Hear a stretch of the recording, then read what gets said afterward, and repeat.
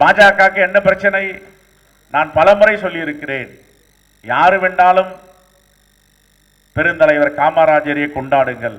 இன்றைக்கு பாஜக கொண்டாடி கொண்டிருக்கிறது.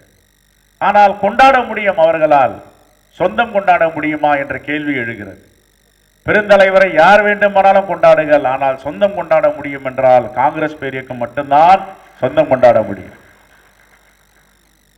அவரை கொலை செய்ய முயற்சித்தவர்கள், அவரை உயிரோடு தீ வைத்து எரிக்க வேண்டும் என்று முயற்சித்தவர்கள் எல்லாம் இன்று பெருந்தலைவருடைய பிறந்த நாளை கொண்டாடி கொண்டிருக்கிறார்கள் என்றால் காங்கிரஸ் பேரியக்கத்திற்கும் நமக்கும் எவ்வளவு பெரிய பெருமை அது.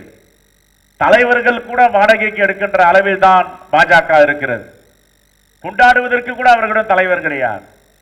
நம்முடைய கட்சி தலைவர்களை சர்தார் வல்லபாய் பட்டேலை எடுப்பார்கள், சிலை வைப்பார்கள், இவர் எங்கள் தலைவர் என்று அவர்கள் போற்றிக் கொள்வார்கள்.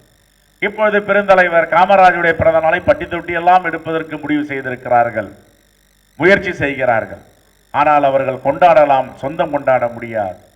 ஆகவே தமிழ்நாட்டில் இப்பொழுது இந்தியா கூட்டணி என்பது வலிமையான கூட்டணியாக, இந்த பாசிசத்தை எதிர்க்கின்ற கூட்டணியாக மாண்புமிகு முதலமைச்சர் அண்ணன் தளபதி அவர்கள் தலைமையில் வலிமையாக நடைபெற்றுக் கொண்டிருக்கிறது. இதை யாரும் அசைத்து பார்க்க முடியாது, தொட்டு பார்க்க முடியாது. ஏனென்றால் நாங்கள் பாசிசத்திற்கு எதிரானவர்கள், RSS சித்தாந்தத்திற்கு எதிரானவர்கள்.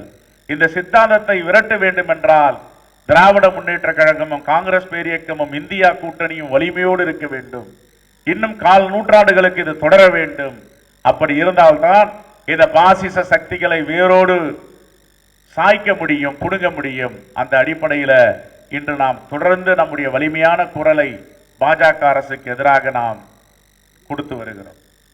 இந்த நிதிநிலை அறிக்கை பற்றி அண்ணன் அழகிரி அவர்கள் சொன்னார். சந்திரபாபு நாயுடுவும் நிதிஷ்குமார் அவர்களும் எவ்வளவு பெரிய தொகையை பெற்றார்கள் என்று. எதற்காக பெற்றார்? 2 கால்களாக அவருக்கு முட்டு கொடுத்து கொண்டிருக்கிறார்கள்.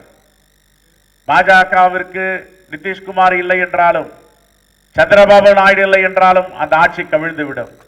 எந்த நேரத்தில் என்ன நடக்கப் போகிறது என்று தெரியவில்லை. அடுத்த நாடாளுமன்ற கூட்டத்தொடரிலே மோடி தொடருவாரா, நாடாளுமன்றத்தில் பிரதமராக உட்காருவாரா என்ற கேள்வி வட மாநிலங்களில் எழுந்திருக்கிறது. அக்னிபாத் திட்டத்தை நிதிஷ்குமார் எதிர்க்கிறார். தலைநகரம் மாற்றுவதில் சிறப்பு பொருளாதாரமாக, சிறப்பு நிதியாக ஆந்திராவுக்கு அளிக்க வேண்டும் என்று, இந்த தொகை போதாது என்று மிரட்டிக் கொண்டிருக்கிறார் சந்திரபாபு நாயுடு. இருதலை கொள்ளையாக நாடாளுமன்றத்திலே கவலையோடு அமர்ந்திருக்கின்ற காட்சியை நாம் பிரதமரை பார்த்து கொண்டிருக்கிறோம். இந்த அடிப்படையில் இன்று இயற்கை பேரிடர் நடந்திருக்கிறது வயநாடில். ஆனால் அங்கே நேஷனல் மேனேஜ்மெண்ட் டிசாஸ்டர் என்ற அமைப்பை வெகு விரைவாக இன்னும் அனுப்ப வேண்டும், நிறைய பேரை அனுப்ப வேண்டும், இன்னும் அதை தேசிய பேரிடராக அறிவித்து நிவாரணத்தை வழங்க வேண்டும் என்ற காலையில் காங்கிரஸ் பேரியக்கத்தின் சார்பாக நாம் அறிவிப்பு செய்திருக்கிறோம். பெருந்தலைவர் காமராஜருடைய புகழையும் வரலாறையும் யாராலும் மறைக்க முடியாது. இந்த தேசம் உள்ளவரை, இந்த தேசத்தில் மக்கள் உள்ளவரை, உயிர் ஜீவனங்கள் உள்ளவரை பெருந்தலைவராக இருப்பார். காமராஜர் புகழ் ஓங்குக, காங்கிரஸ் பேரியக்கம் வளர்க என்று கூறி